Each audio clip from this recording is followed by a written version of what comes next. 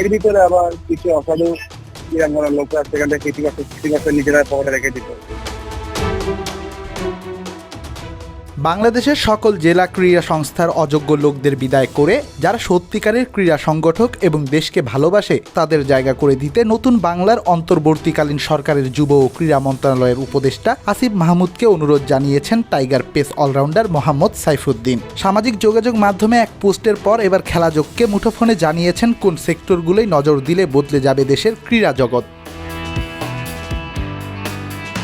সরকার পতনের আন্দোলনের পর নতুন বাংলাদেশকে স্বাগত জানিয়েছে দেশের প্রতিটি সেক্টরের মানুষ। সে তালিকায় আছেন ফেনী এক্সপ্রেস খ্যাত মোহাম্মদ সাইফুদ্দিনও। পরিবর্তনের হাওয়ায় যুব ও ক্রীড়া মন্ত্রণালয়ের দায়িত্ব দেওয়া হয়েছে বৈষম্য বিরোধী আন্দোলনের সম্মুখ সারির নেতা আসিফ মাহমুদকে।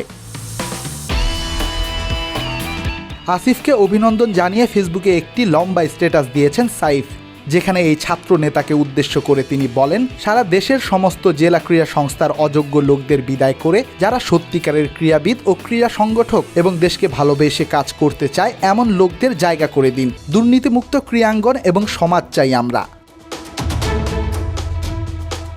পোস্টের বিষয় বিস্তারিত জানতে যোগাযোগ করা হয় সাইফের সাথে। মুঠোফোনে খেলাযোগের সামনে তুলে ধরেন দেশের ক্রীড়াঙ্গনের কালো কিছু চেহারা। নতুন প্রজন্মের কাছে অনুরোধ করেছেন এসব দুর্নীতি বন্ধ করার। যদি সেটা হয় তবেই নাকি বদলে যাবে বাংলাদেশের সিস্টেমটা। প্রত্যেকটা দেশের ক্রিকেট বল, ফুটবল বলের অবকাঠামো জেলাকে এই সমস্যা। বয়সভিত্তিক খেলাগুলা খেলেছি সেই ছোটবেলা থেকেই। আমি জেলার হয়ে আমি দেখেছি আসলে এখানে কতটা নিয়ম দেওয়া হয়।